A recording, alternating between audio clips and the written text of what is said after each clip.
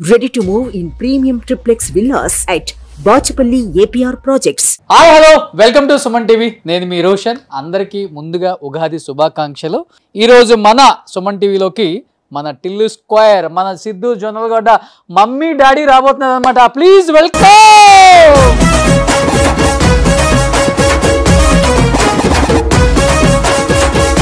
ఏం డాడీ బిడ్డ తిన్నావా?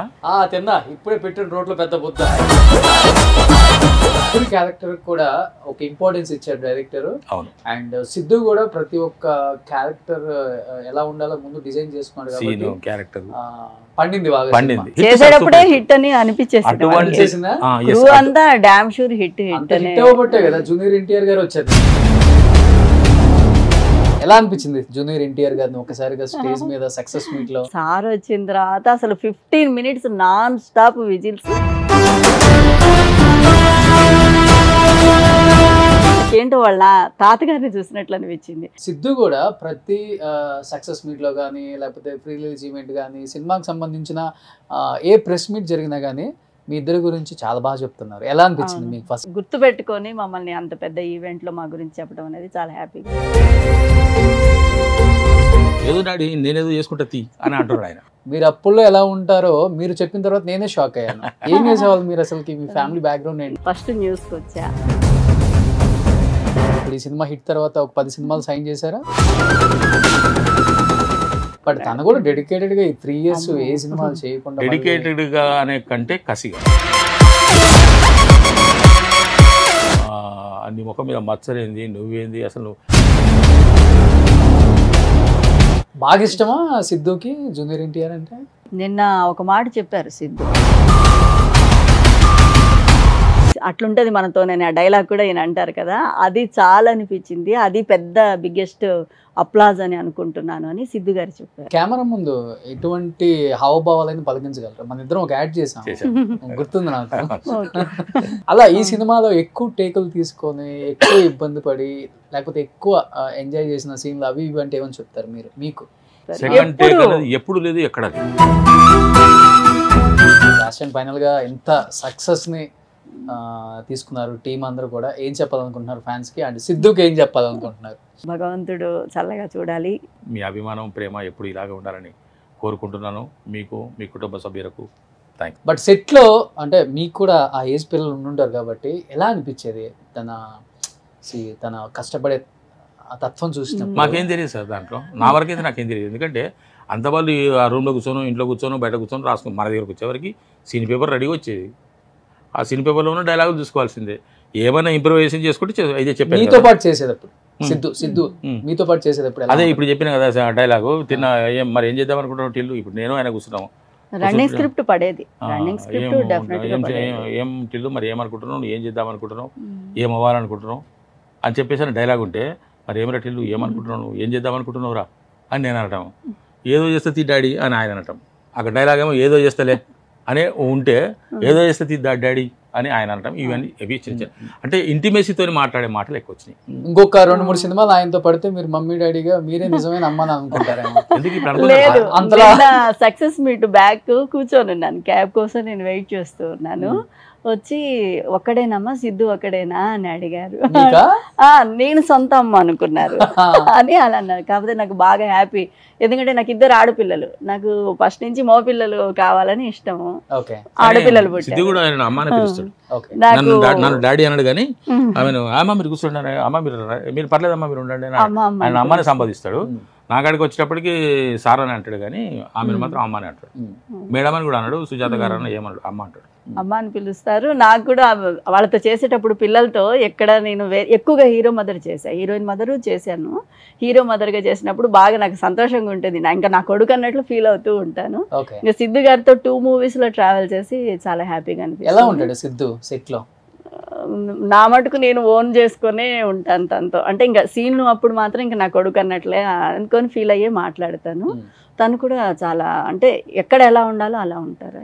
అనుకోవటమేనా కొడుకు ఏమన్నా ఉండి తీసుకుపోడు? ఇంకా అంత చదువు లేదు, అంటే ఇంటర్నల్ ఫీలింగ్. ఇద్దరి మధ్య పెద్ద డిఫరెన్స్ ఉంది మరి. ఇది ప్యూర్ వెజ్, అది నా ప్యూర్ నాన్ వెజ్. కుదరదు కదా. ఆవిడ అసలు వాసన కూడా చూడదా. వెజిటేరియన్. ఇక వాళ్ళు పిల్లలు ఇవ్వాలి రేపు పెట్టున్నారు 24 hours కావాలి కదా అట్లా. బాగా నచ్చే పాయింట్ ఏంటి సిద్ధులో మీ ఇద్దరికి కామన్ గా మీరు అబ్జర్వ్ చేసింది? ఒకవేళ మీరిద్దరు పక్కన కూర్చొని ఎప్పుడన్నా అనుకుంటారు కదా, అదే సిద్ధులో ఈ పాయింట్ నాకు బాగా నచ్చింది. లేదు అటువంటి మీకేముందమ్మా? అంటే డిస్కషన్ ఏం రాలేదు, కానీ నేను అబ్జర్వ్ చేసింది ఏంటంటే సార్ అన్నట్లు కసి అని, ఇంకా వాళ్ళు ఎప్పుడు ఆ సీను ఆ షార్ట్ ఆ డైలాగులు ఏం చేస్తే ఇంకా బెటర్ అవుట్పుట్ నేను చూసింది అంతే. ఎందుకంటే మేమంతా ఎవరి పాటి వాళ్ళు క్యారవాన్లో ఉంటాము. సీన్ దగ్గరకు వచ్చేసరికి వాళ్ళు చేసినా నచ్చకపోయినా మధ్యలో ఆపేసి మళ్ళీ ఇంప్రవైజేషన్ చేసుకోవటం, రన్నింగ్ స్క్రిప్ట్ యాడ్ చేయటము, ఎప్పుడు వర్క్ ఫోకస్ మాత్రం భయంకరమైన వర్క్ ఫోకస్ చూశాను నేను. బట్ థియేటర్లో కూర్చొని నవ్వుకోలేక సస్తున్నారు జనం. మీరు సెట్ లో ఎలా ఆపుకోగలిగారా? నిజంగా మాకు నవ్వు రాలేదు మరి అప్పుడు. కొన్నిటికి స్పాంట్ పెన్సిల్ ఆడే పెరిగింది అన్నప్పుడు నాకు నవ్వు వచ్చింది యాక్చువల్ గా. అది హాస్పిటల్లో లేకుంటే మేము నడుచుకుంటూ సీన్ ఉన్నప్పుడు నేను అవస్థ పడుతున్నట్టు నేను నడిస్తే వీళ్ళు నవ్వుకున్నారు. అంటే ఈయన అవస్థ పడుతున్నాడని నేనేదో ఫీల్ తీసుకొని అలా ఉన్నాను. పైపెచ్చి నాకు జ్వరం వచ్చింది ఆ రోజు. అది ఫీవర్ తో చేశాను ఆ సీన్. అసలు పెద్ద నేను నిన్నే వెళ్ళాను సినిమాకి. నిన్న వెళ్తే హాఫ్ ఆఫ్ ద థియేటర్ నవ్వులేని పడుతున్నాయి నాకు. థియేటర్ బాబు ఎంత నవ్వుతున్నారు, వీళ్ళు ఎంత నవ్వుకున్నారు సెట్ లో అని చెప్పి అనిపించింది నాకు. ఒక డైలాగ్ ఉంటుంది మీ ఇద్దరిది, ఇది చాలా కామెడీ ఉంటుంది. గన్ను సీనా కార్ చేసింగ్ అప్పుడు మళ్ళా ఏమి పెట్టావురా పంచాయతీలో ఇరుక్కున్నావు. ఇంతకుముందు డ్రామాలు చేశారు మీరు ఏమన్నా? ఇప్పటికైనా డ్రామా చేస్తారు. మేబీ కొన్ని డైలాగ్ డెలివరీ చూస్తున్నప్పుడు బాగా పలికించగలుగుతున్నారు. పెద్ద పెద్ద సీనియర్ యాక్టర్లు పలికించలేరు. నాకు భాష మీద పట్టున్నది, తెలుగు భాష మీద మంచి పట్టున్నది. ఓకే, కాబట్టి ఆ భాష మీద పట్టున్నది ఒకటి.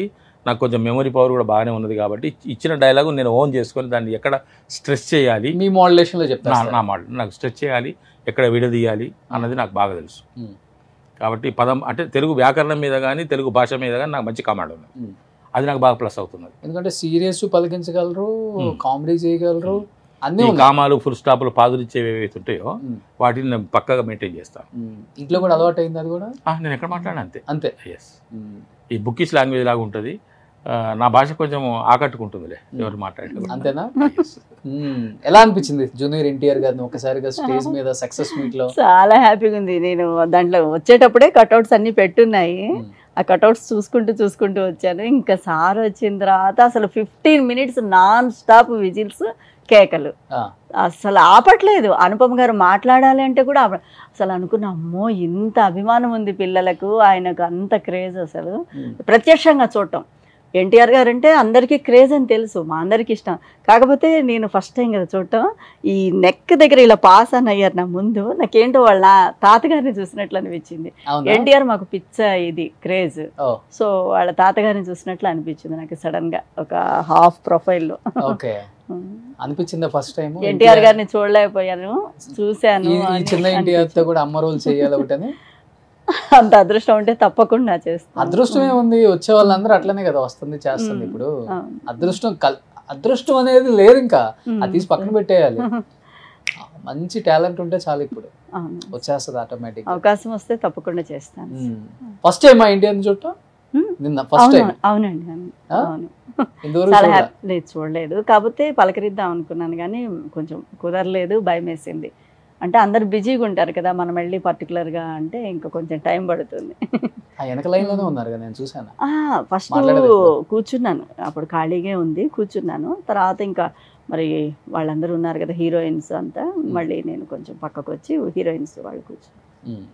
మీరు చేశారు ఎన్టీఆర్ తో? చేయలేదు కదా. నేను చేయలేదు అసలు, సార్ చూడలేదు ఇంతవరకు. ఇంతవరకు చూడలే? నిన్న ఫంక్షన్కి రాలేదు కదా? నేను రాలేదు సార్, చూడలేదు. ఎన్టీఆర్ గారిని చూడలేదు ఇంతవరకు. త్రివిక్రమ్ శ్రీనివాస్ గారిని కూడా చూడలేదు. నేను ఆయన కూడా వచ్చారట. విశిష్ట అతిథులు వాళ్ళే కదా.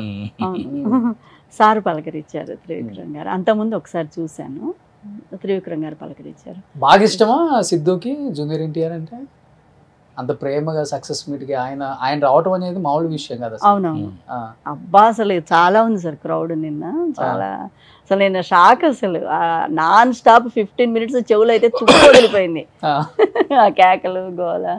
అది ఎందుకు సిద్ధు బాలకృష్ణ గారితో విశ్వక్సేన్తో, అతను ఎవరు మన సత్యదేవ్, విశ్వకు వచ్చారు నిన్న. వీళ్ళందరిది తరుణ్ భాస్కర్ గారు, వీళ్ళందరిది ఒక బ్యాచ్. ఫ్రెండ్లీగా ఉంటారు, అంటే మనకు తెలియదు కానీ వాళ్ళు లోపల మాట్లాడుకునేటట్టున్నారు, అప్పుడప్పుడు కలుసుకునేటట్టున్నారు, వాళ్ళ ఒకరి విషయాలు ఒకరు షేర్ చేసుకునేటట్టుగా నాకు అనిపించింది, అనుకున్నాను నేను. అందుకే రామారావు గారు వచ్చారేమో నిన్న ఒక మాట చెప్పారు సిద్ధు. అవార్డు ఏం అవార్డు వచ్చింది ఏది అని ఏదో అంటే, అవార్డేమో కానీ ఎన్టీఆర్ గారు ఆ సినిమా గురించి చెప్పడం, రామ్ చరణ్ జూనియర్ ఎన్టీఆర్ గారు మాట్లాడుకునేటప్పుడు అట్లుంటుంది మనతో, నేను ఆ డైలాగ్ కూడా ఈయన అంటారు కదా, అది చాలా అనిపించింది, అది పెద్ద బిగ్గెస్ట్ అప్లాజ్ అని అనుకుంటున్నాను అని సిద్ధు గారు చెప్పారు. RRR ప్రమోషన్స్ అప్పుడు నీకు రీసెంట్ సినిమాలో నచ్చింది ఏంటంటే డీజే టిల్లు అని చెప్తారు. అవునవును, అది ఆ బిట్ చెప్పి పర్టికులర్ గా చెప్పారు స్పీచ్ లో సిద్ధు గారు.